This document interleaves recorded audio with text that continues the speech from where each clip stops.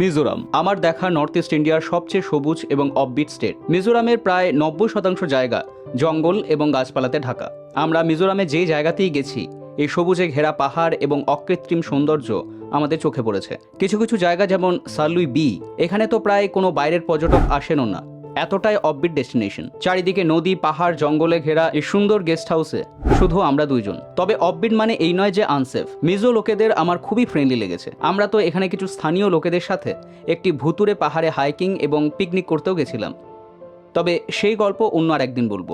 আরেকটি জিনিস যেটি সমগ্র মিজোরাম জুড়ে আমাদের নজরে এসেছিল সেটি হলো এখানকার রাস্তা এবং স্থানীয় বসতিগুলো খুবই পরিষ্কার পরিচ্ছন্ন। এখানকার কোনো শহর হোক বা কোনো প্রত্যন্ত গ্রাম, রাস্তায় আবর্জনা পড়ে থাকতে দেখিনি। আর মিজোরামের রাজধানী আইজল তো আমার দেখা ভারতের সবচেয়ে সুন্দর পাহাড়ি শহর, সেটা এই শহরের ট্রাফিক ম্যানেজমেন্ট হোক বা পরিষ্কার পরিচ্ছন্নতা। আর রাত্রের আইজলকে দেখে তো হীরের মতো মনে হয়।